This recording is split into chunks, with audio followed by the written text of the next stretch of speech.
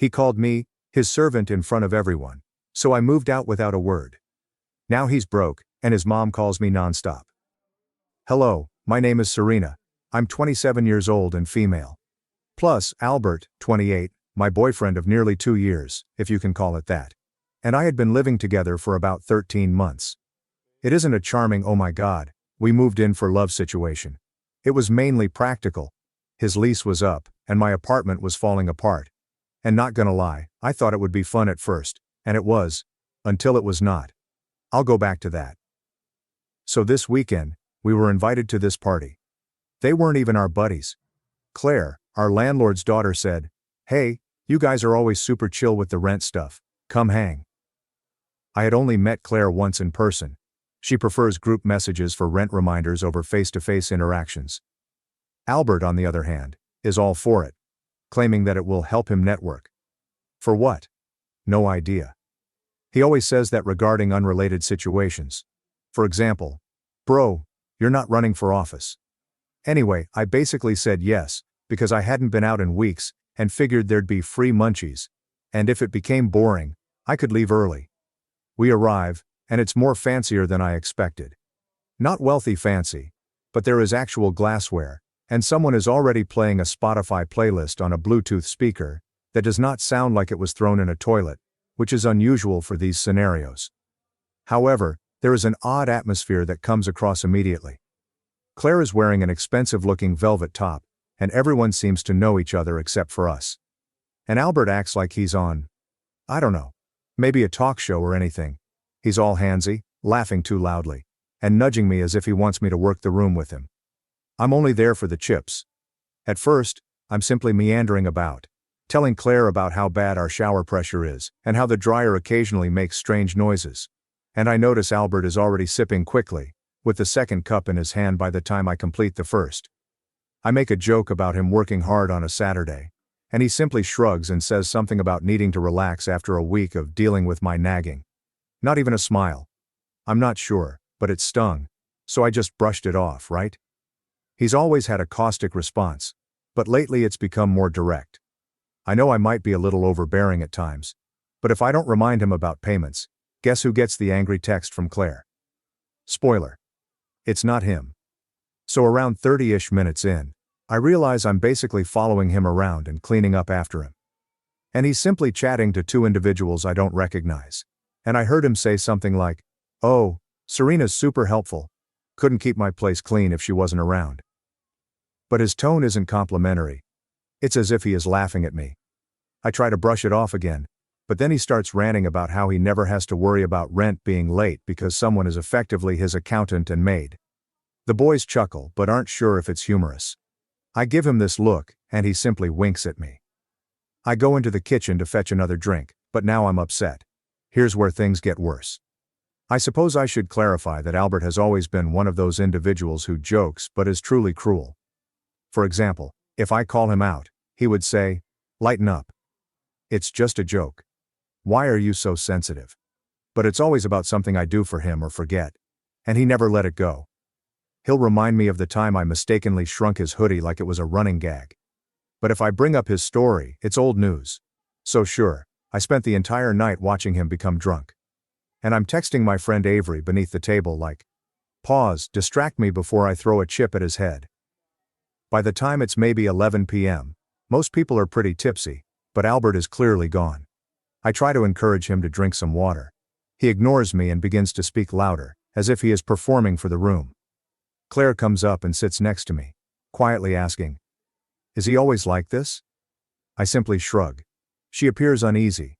I simply say, "He's had a rough week," which is the most ridiculous excuse. His week was not bad. He left his laundry in the washer, and now everything smells like mildew. That is on him. So, at some point, someone brings up living with partners and the hardest tasks. Albert decides it's time to shine. He rises up, raises his drink as if toasting, and says, "Oh, you want to know what it's like to live with Serena? She's basically my maid with benefits. Good for scrubbing toilets and paying rent, but way too boring for anything else." Yes, he actually shouted that aloud to the entire group. And everybody just freezes. Claire's face is like, "Did he just say that?"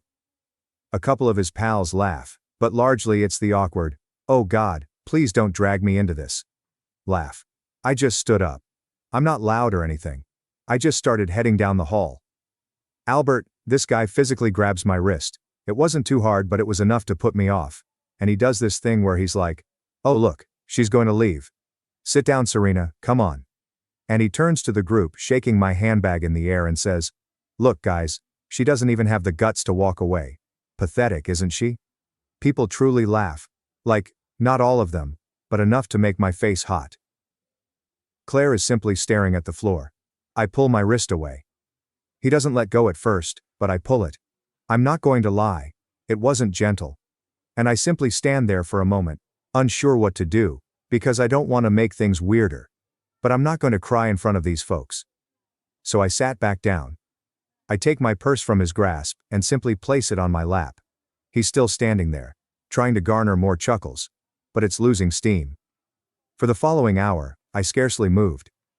I scroll through my phone, pretending to text, but all I'm doing is staring at my lock screen. I'm thinking of all the times I took up his slack, covered for his late payments with Claire, and did his dishes when he forgot. And I feel like a complete idiot because this is the person who, when we first started dating, would bring me coffee in bed, and tell how much he loved me. Now I'm merely the target of his maid jokes. Eventually, a couple of individuals approach me and clumsily inquire about my well-being. I just claim I am all right. I am just weary. Claire sits next to me and gently says, "You don't have to stay." But I just shake my head because I don't want to raise a scene. Plus, Albert is still lingering around the door, as if he is defending it. He's resting against the wall, scrolling through his phone, and I see him type something on Instagram. I know he's probably messaging his group chat about how nuts I am. I really want to leave, but every time I rise up he gets in the way. Claire tries to go past him to let her dog out, but he ignores her and blocks the hallway until she actually pushes him out of the way.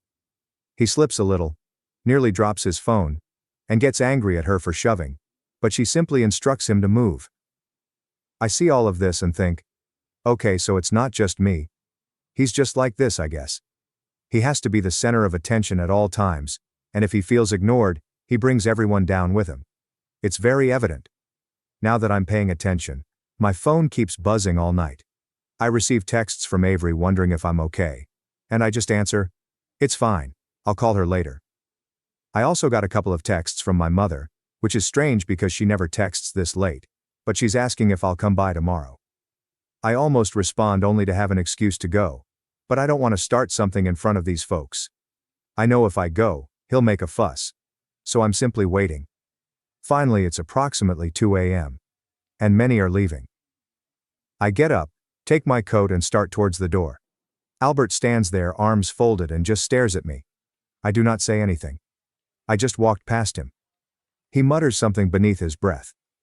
I couldn't tell what it was, probably more of the same. I step outside and stand on the porch for a minute, trying to regain my breath. Claire comes out to hand me my charger. I left it plugged in.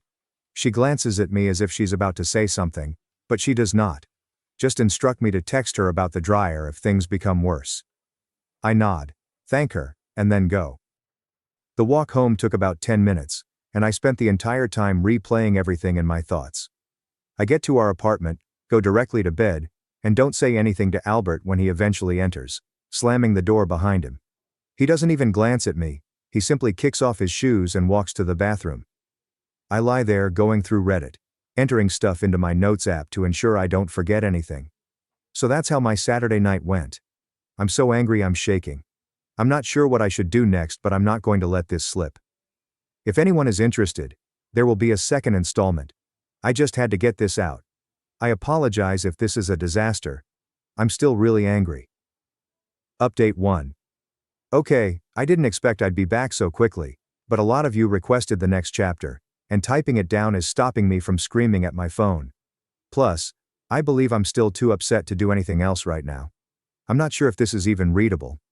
I'm operating on about 4 hours of sleep and a large iced coffee, which isn't helping my anxieties. Okay, here we go. So I woke up after that disastrous party, checked my phone, and the alerts were crazy. Albert's parents missed 20 calls. His mom sent him texts with messages such as, Please call us. Are you okay? What's going on with Albert? Can we talk? He even missed FaceTime with his sister. And gal, I just set my phone to quiet and stared at the ceiling for a while. Couldn't deal. Albert was snoring on the couch, which is unusual because he rarely sleeps there unless he's trying to be theatrical. But I believe he passed out after arriving home. I walked past him to fetch some cereal, and he simply said something and rolled over. Oh, and the kitchen was filthy. For example, last week's Solo cups were still available. The sink was full of his dishes. The counter was sticky from when he attempted to make homemade margaritas and spilled sugar everywhere. It looked like someone had hosted a toddler party there and neglected to clean up. I just stared at it thinking, I'm the only one who ever does any of this. Every single time. I can't recall the last time he took out the garbage without being reminded. He always claims he's just lousy at seeing messes, but he notices when I miss a spot. I sat with my coffee, trying to figure out what to do. I could just leave. I may text Claire and inform her that he is now responsible for the rent. I could pack my belongings and stay with my mother or Avery for a few days. But really, I want him to feel it. I want him to have to deal with the mess he's created, both physically and figuratively. I want him to understand how much I care, since he doesn't. He never has. And after last night, I'm not in the mood to become a bigger person. I'm petty, but proud. So I started building a list, literally on my notes app. Everything I paid for. Every time, I paid his portion of the rent. Every bill I put up. Every cleaning supply I purchased. Every weird item he forgot in the shop, I just picked up. The list is long. I scrolled for a whole minute simply looking at the minor details. Toilet paper, paper towels, Swiffer refills, laundry cards, light bulbs, trash bags, that dumb scented candle he enjoys. Literally everything. I even uncovered Venmo receipts from last year, when he couldn't access his account, and I covered his internet usage for 3 months straight. Never repaid me. Just kept saying, I'll get it next time. Correct. The more I went through it, the madder I became. I started photographing things around my apartment. The couch is mine. I bought the TV when I moved in. The plates, silverware, microwave, and linens are literally all mine. Except for the ugly lamp he received from his parents, and the broken kettle that he promises to replace, but never does. I began mentally grouping things together, such as, what can I take without needing a U-Haul? What do I actually care about? What would he even notice is gone. I emailed Avery and asked if I could use her car the following weekend. She just replied with a middle finger emoji and the words, say less. I adore her. I ignored Albert all morning. He walked into the kitchen at midday looking completely dead. He made a huge show of pouring water and massaging his temples. I sat there scrolling through my phone, not trying to be engaged in making him breakfast. He eventually tried to make small talk, stating he couldn't recall anything from the previous night. I just answered, you said enough. He looked perplexed for a moment, then became defensive saying, oh come on, you know I was kidding. Everyone jokes like that. I just gazed at him and did not respond. He got furious and returned to the couch. My mother called again and asked if I was coming to supper. She could see something was wrong, but I only replied I wasn't feeling well. I would text her later. She inquired if Albert was coming, and I chuckled. She didn't push, simply told me to call if I needed anything. I should have told her then, but I didn't want to go through the whole, we warned you about him speech. Parents never let it go. Albert spent the remainder of the afternoon on his phone, surfing TikTok and texting with his friends. I heard him giggle several times, then he became quite quiet. I looked over and saw he was in a group chat with Carson and Andrew, his 2 ride-or-die college mates. They were discussing how awkward last night was. Someone said Claire appeared irritated. Albert simply stated, she'll get over it. She always does. I snapped a screenshot and stored it, just in case. Not for blackmail or anything, just to prove that he knows he's an ass. Around 5 I started packing my belongings. Not everything. Just the little things. My chargers, makeup, favorite hoodie, headphones, novels, and laptop. Things he'd never notice missing. Everything went into my bag and into my car. He didn't even inquire where I was going, he simply told me to bring back some chips if I went by the store. I slammed the door as I exited. I sat in the car for a minute, inhaling, before driving to Avery's to drop off my stuff. She didn't ask any questions, just offered me a soda and turned on some music. Girl, I nearly sobbed, but I didn't. When I returned, Albert was on Xbox, shouting at a kid online about camping and Spawn. I entered the bedroom and began looking through the closet. Half of the clothes in there are mine, but he always leaves his belongings in a pile on the floor. I began folding my belongings into a laundry bag. He came in and asked what I was doing. I simply answered, laundry. He shrugged and returned to his game. I cooked dinner just for me. He walked in and asked where he was. I informed him that he could make his own. He literally pouted, like a child. I just walked past him and went into my room. I spent the night messaging Claire. I inquired if she was all right after yesterday night, and she answered she was just ashamed of everyone. She apologized for having to deal with Albert, and told me to let her know if I ever needed assistance with the flat. I inquired whether she believed her father would allow Albert to stay if I moved out. She responded, "Well, you're not on the lease, are you?" "Just him." I said, "Yeah, just him. Since when we moved in, he promised to handle the paperwork and never put my name down. I just mentioned it would be less complicated." She added, "Then he's responsible for the rent." I remarked, "Good to know." She responded with a thumbs up emoji. I began to feel slightly better. Next morning, I began relocating more of my belongings. Albert hardly noticed. He was debating with Andrew about fantasy football while moaning about the Wi-Fi. I began unplugging things that were mine and storing them in boxes. I took the router, which I paid for, the coffee maker, the kitchen knives, my blender, my throw pillows, and even the air fryer. I left all of his belongings, his old laptop, his gaming chair, and his mess of miscellaneous wires that he claims he'll arrange someday. I asked Avery to come help me with the heavy items. She arrived at about 2. We loaded her car with boxes. He came out and inquired what we were doing. I said, "Moving some things." He just nodded and went back inside. I left the necessities for the next day: my bed, dresser, and bathroom supplies. I imagined I would return when he was at the gym. He goes every Tuesday at 6 p.m., just like clockwork. Always shares a sweaty mirror selfie on Snapchat. I texted Claire that I'd be out by the weekend. She answered, "Just let me know if there are any problems." I replied that I'd put my keys in the mailbox that night. Albert acted as if nothing was unusual. He asked if I'd want to watch something. I replied, "No thanks." He pouted again. I nearly laughed. He remarked that the kitchen was empty. I responded, "Maybe go to the store." He said, "Why are you being like this?" I said, "You know what you did?" He rolled his eyes and walked away. I shut the restroom door and stayed there for about 20 minutes. My mother called again. I finally responded by informing her that I was moving out. She said, "Oh honey." She didn't seem surprised. She merely asked, "Do you need help moving?" I replied, "Maybe, but Avery has it." She said, "Do you want to stay here for a while?" I said, "Maybe, but I think I'll be fine." She said, "Okay, just let me know." I nearly told her everything, but I didn't. So now comes the good part. The following day, Albert leaves for the gym at 6 a.m. I text Avery. She comes over. We gathered the remainder of my belongings. I place a note on the counter with a list of everything he owes me for the past year. Rent, bills, groceries, cleaning supplies, and so on. As well as a note that says it's your turn to pay. Don't forget the toilets. I placed my keys in the mailbox. I take one more look at the apartment. It appears sad. The energy in the air calls me pathetic. I go away without looking back. I went to Avery's. She gives me a drink, and we spend hours watching silly YouTube videos. My mother texts to say she is proud of me. I did not reply immediately. I just want to be alone for a bit. Later that night I received a series of texts from Albert. He's mad. Says I surprised him. He accuses me of being selfish for leaving him to handle all of the finances.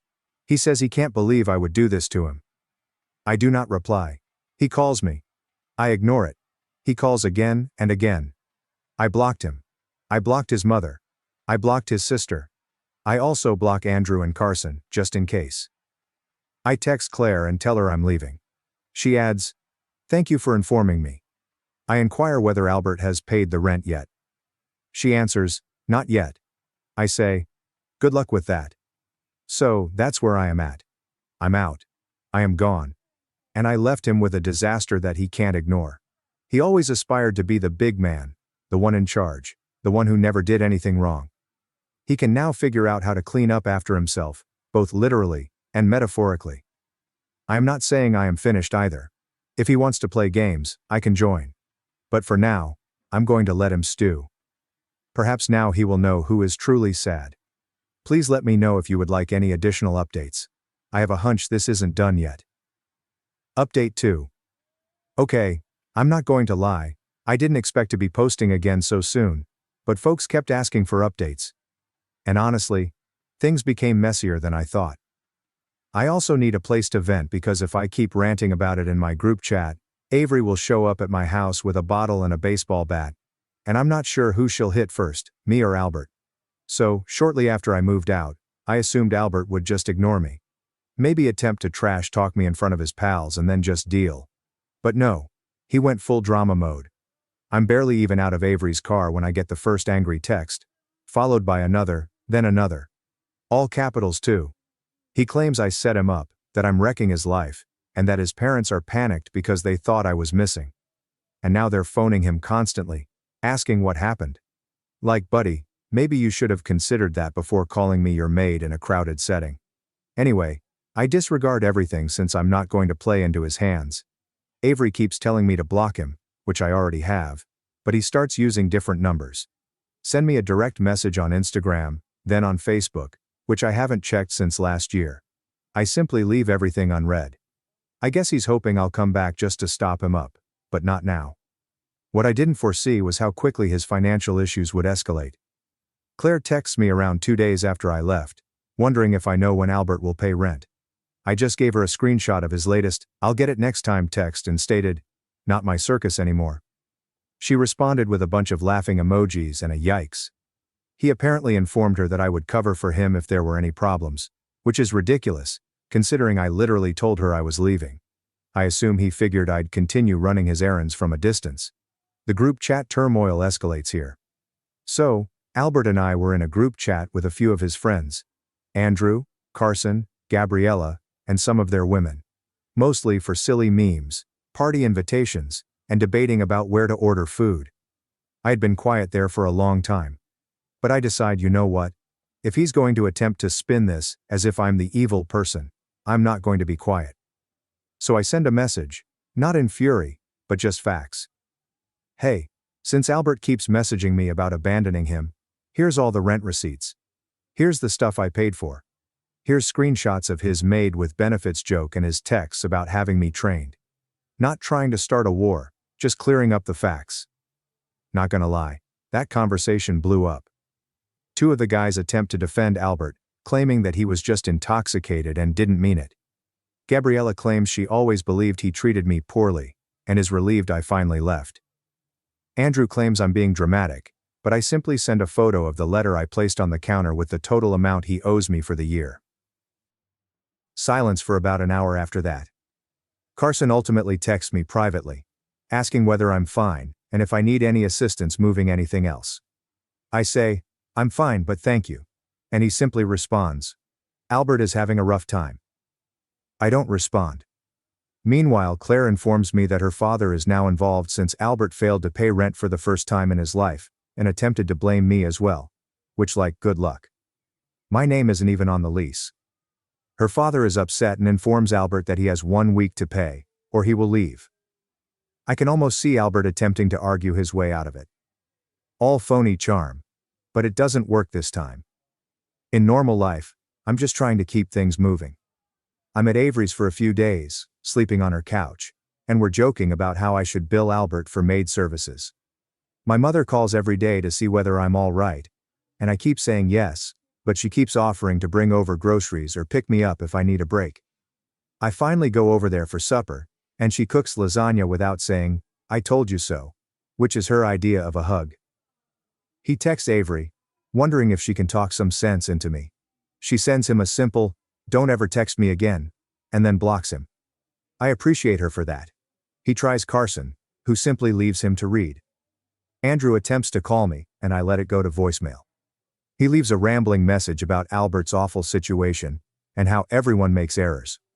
I've simply erased it. I'm not interested in getting guilted into solving his problems. So, social pressure is actually working. People are not buying his poor me act. Claire claims her father is fed up and ready to start showing the home to potential tenants if Albert fails to pay the rent by Friday. That's about 3 days away. I'm not going to lie, I get a little satisfaction from it. I mean, for more than a year, I've been discreetly handling everything. Cleaning up, paying bills, apologizing to Claire for late payments, and representing him with his parents. He's now on his own to answer for everything, and he's struggling. The finest aspect is that there are actual consequences. Claire's father is not being nasty. He is only conducting business. He adds if Albert does not pay, he must leave. Carson tells me Albert is trying to borrow money from everyone, but no one wants to offer him anything because they all know he won't pay it back. Even Andrew, who is normally his #1 hype man, admits he has bills. Gabriella apologizes for not noticing how he treated me sooner. I just tell her it's fine. I'm all right now. I received a text from Albert's mother from a strange number, as I had blocked her primary one, asking if I would assist Albert out. Just this once for old time's sake. She says he is really suffering and doesn't know how to keep up with things. I simply emailed back, I'm not his maid. She never responds. Oh, and this is petty, but I am not sorry. A few days later I returned to the flat with Claire. She let me in to get the remainder of my belongings, a box of books and my old blender, which Albert never used but insisted on keeping just in case. He was there, and he tried to argue with me, saying I ruined his life and that I didn't have to reveal it. I just answered, you did that yourself. He tried to come in my way, staying in the corridor and refusing to move, so I pushed past him. He shut the door behind me. Claire just rolled her eyes and replied, he's not your problem anymore. I gathered my belongings and left. So, I don't know, but I think I'm finally understanding how much of his attitude was based on entitlement. As if he truly believed I'd always cover for him, clean up after him, pay his bills, and laugh at his jokes. He used to say that I was good at keeping things together, but in reality, he didn't want to do anything. And when he was called out, he attempted to make me look like the villain. Now he's stuck. He has only himself to blame. And every time he tries to make me the bad guy, it only backfires. People are beginning to see through the act. Even his parents who used to contact me for everything. Serena, did you remind Albert to call his grandma? Serena, did Albert find his insurance card? Are learning they can't make me solve it. I am not being mean. Just finished. I'll keep you updated if anything else happens. But, to be honest, I believe this is the beginning of him dealing with his own mess. And if you're reading this and you're the Serena in your relationship, believe me, you don't owe anyone your sanity or credit score. I suppose that's all for now, unless he tries something new, which wouldn't surprise me at all. Update 3. Okay, so this is probably going to be my last update for a bit unless something genuinely crazy occurs. Because not gonna lie, I'm exhausted, and I need to finally get on with my own work. But I promised a last wrap-up, and honestly, this one is lengthy. So, if you're still reading, thank you for your support, DMs, and girl same comments. I'm not used to random online strangers rooting for me, so this is very good.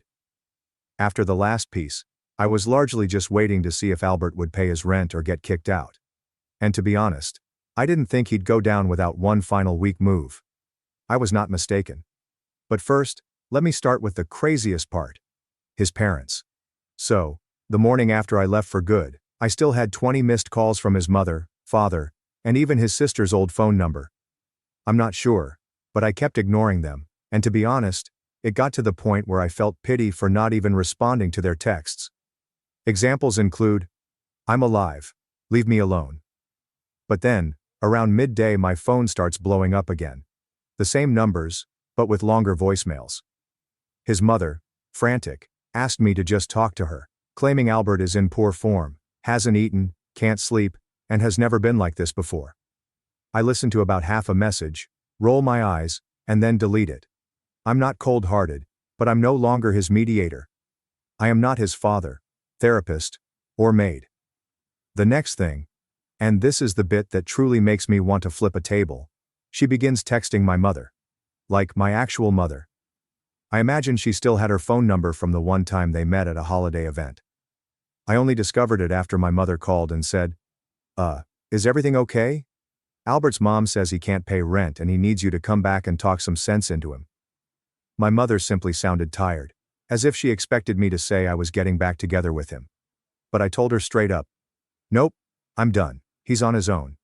Please don't answer her anymore. She simply answered, okay, and asked if I needed her to bring over groceries. Albert keeps calling. Now he alternates between madness and sadness.